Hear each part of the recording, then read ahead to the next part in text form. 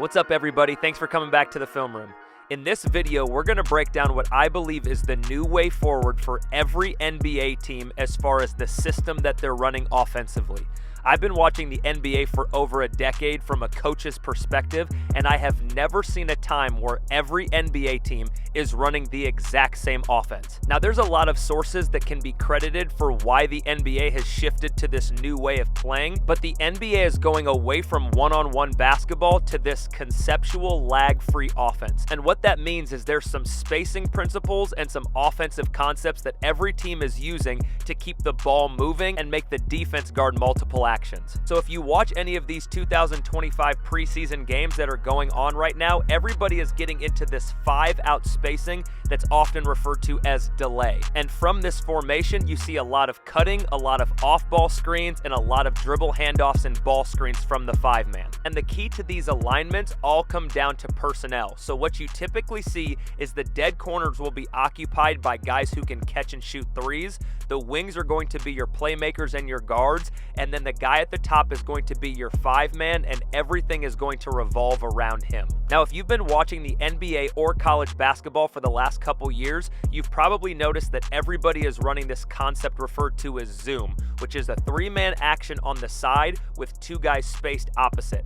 I did an entire breakdown of this action, so if you want to watch it, I posted that video right here in the corner. But the biggest evolution to offense this year that I'm seeing with every team is they're getting away from running things on the side, and now this 3-man game is all happening inside of the lane line extended right here in the middle third of the court. So as you watch these concepts, what you're going to see is everything is being done in the first 8 to 10 seconds of the possession, with the 3 guys above the free throw line and the 2 guys in the corner are just spaced for catch and shoot opportunities or cuts. And the reason I think this is important for you to understand is because if you're a coach or a player, you might want to use these concepts in your offense, but if you're just a fan, you now know what to look for when you're watching basketball, because like I said, everybody is running this. And if you're wondering how this relates to the gap theory, let me show you. Because these quick actions are always going to do one of 2 things. Either make 2 people guard 1, and now you have this advantage on the backside of 1 defender trying to guard 2, like you see right here. And the other thing that they really capitalize, especially in the NBA with all of these specialist players, is it forces early switches, which creates mismatches. So that early step up created 2 switches, and now you have a speed mismatch with the ball handler, and you have a size mismatch on somebody who cut. The speed mismatch allows him to drive and force help, which leads to this open 3, and the size mismatch is the reason why he got the offensive rebound and was able to finish it. Now, the number one way that all of these teams are getting into their early action is with what's referred to as away. And all that means is that the 5-man who's trailing the play is going to set a screen away at the top guard who's opposite. And from there, there's a ton of different things that they can get into. And I'm going to show you several of these actions so you know what to look for. One of the more common things that people are doing off of that away screen is the guard is cutting over the top, and then they're getting into what's referred to as 77, which is just a double drag ball screen. Now, throughout this video, I'm going to show you multiple examples of teams running the same action because I want to hammer home that everybody is doing this. It's not just one team. And I think it's fun to see which teams already have chemistry and are doing this really well and which teams are struggling to make proper reads and have success. Now, a subtle wrinkle in this 77 is instead of the guard coming off the away screen and setting a ball screen, he will slip out or ghost to try and create confusion on that first screen, and then you have the second ball screen that's designed to create this double gap for the guard to be able to attack and create something. I don't think the Warriors did a great job here settling for the 3, but again, that's why it's fun to watch multiple teams running the same action, because you can see who's getting wide open shots and good looks off of it versus teams that are struggling to get good shots or potentially turning it over. You also get to see the creativity of some of these coaches. So here the Warriors are going to set up in the exact same away action, but it turns into hitting the 5, and then they loop into a zoom for Buddy, who came off of the first screen. And all of these possessions are just the same concepts being mixed and matched together. Now, another popular trigger to start the offense is where you set the away screen, and now as the guard goes over the top, the point guard throws it to them, and then they're going to receive it back off of what's referred to as a touch action. And watch what happens. They end up getting a switch with the 5, so now you have a speed speed mismatch here and a size mismatch down here, and the offense recognizes it, the guard backs up to take advantage. This forces the defense to do what's referred to as full rotating, where they try and get the ball out of the guard's hands, and because he saw this coming, he skips the ball to the dead corner, which leads to a catch and shoot three. So make sure as you're watching these clips that you're paying attention to how quickly these teams are identifying switches to create mismatches, or they are getting two people to the ball and then trying to find the open player for rhythm catch and shoot threes or drives off of bad closeouts. Now the third concept you'll see a lot off of this away screen is where the guard who's coming off of it will catch it, and then the 5-man is going to flip right back around and do what's referred to as twisting, or flipping into a step-up screen right off of the down screen, and then the ball handler makes his read based off of the coverage of the X5. This is really common for teams who have a good shooting guard that they want to get involved in ball screens, or if they have a really good shooter, this is an opportunity for him to come off of that ball screen and get an open three.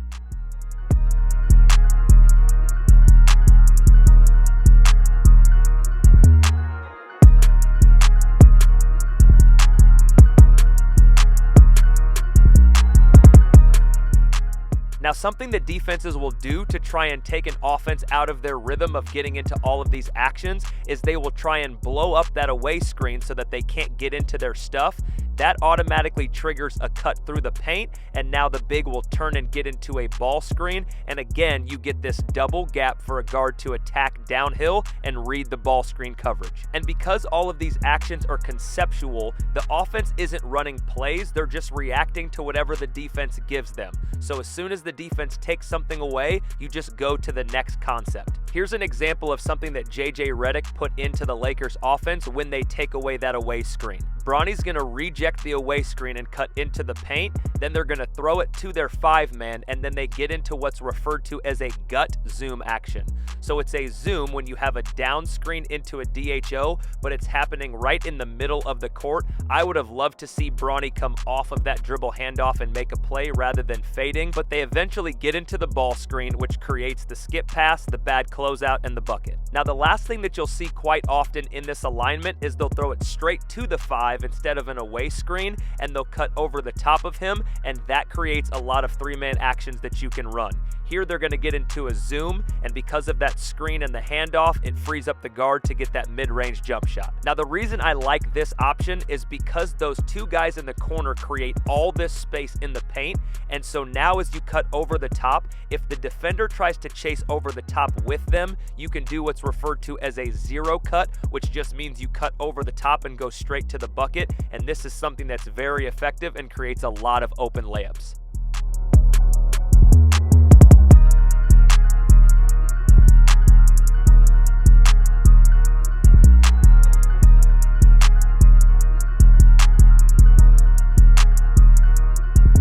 Now let's take a look at what offenses do when they change their personnel of who ends up being where. Here you have the 5-man playing the wing position, and you have a guard at the top of the key. So the point guard will skip it over the top to the 5-man, and then the wing is going to set a screen, and the guard will chase it, and now you get into that same 77 look, or you can look at it as a zoom action because it's a down screen into a dribble handoff. That quickly forces the defense to switch, and now you have to pay attention to mismatches. They don't have much of a speed mismatch here, but they absolutely have a size mismatch right here, so the guard pulls it out, swings it to the mismatch that they like, and notice how Anderson is going to go right at the smaller defender. He just happens to miss the layup.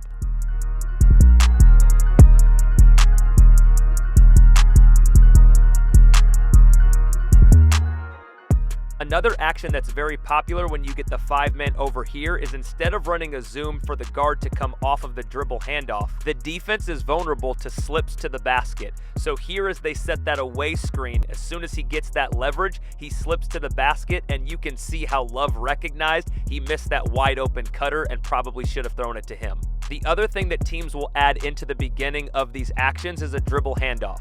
So you have the big on the wing, you have a guard up top, and you're going to get a DHO on this top side. Then the offense is going to run a flare for the shooter, and because the defense tries to chase it, that forces the big to help. Now you have two people guarding one, which leads to the rhythm catch and shoot three.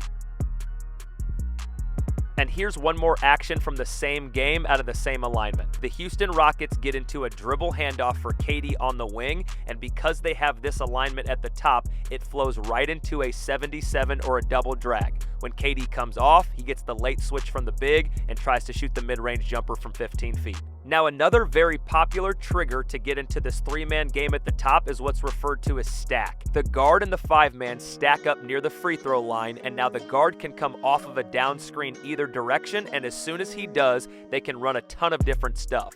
So here you're going to get what looks like a step-up ball screen, but it's actually what's referred to as veer.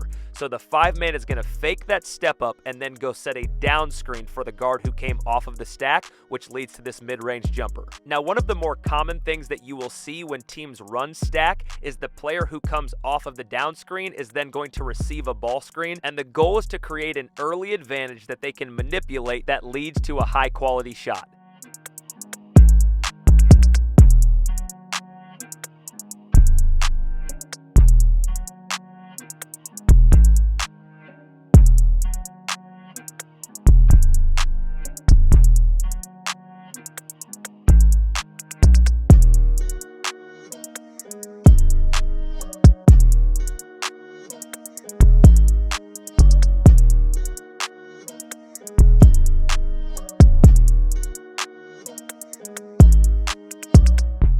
Now, something that teams are really trying to take advantage of that we talked about earlier is getting slips out of this three-man game. So off of this stack action, the ball is going to get thrown to this point area, and that's a term that's used in Princeton offense where the five-man catches it here, and these two guards are going to get into a flare screen, which again, these two defenders are going to be very susceptible to a slip when a flare screen is happening. They don't get anything out of it, so notice how they get right into more lag-free offense where the ball never sticks and it leads to an easy layup off of a 45 cut.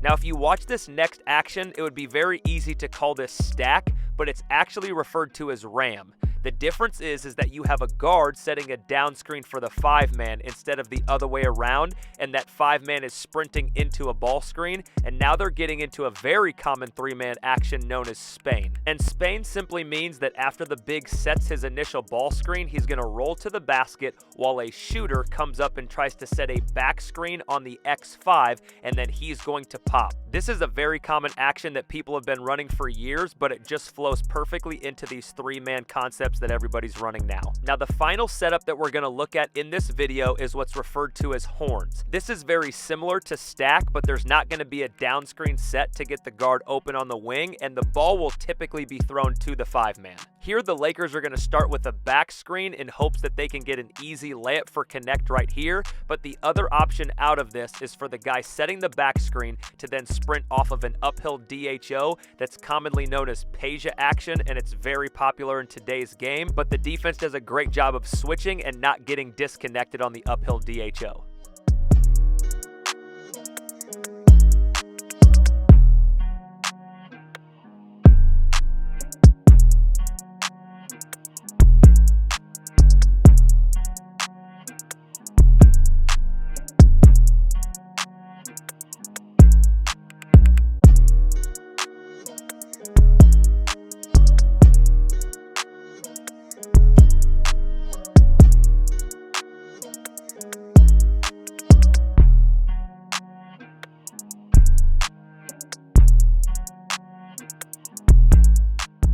So as you're watching the NBA this year, pay attention to see if this is just something that coaches are working on in preseason or if this is the new way that teams are going to play across the entire league. I think it's great for the game to see an emphasis on ball movement and player movement, and the results speak for themselves. A lot of these teams are scoring upwards of 130 points a game, so I think America is waking up to what Europe has known for a long time. Thanks for coming through. We'll see you next time in the film room.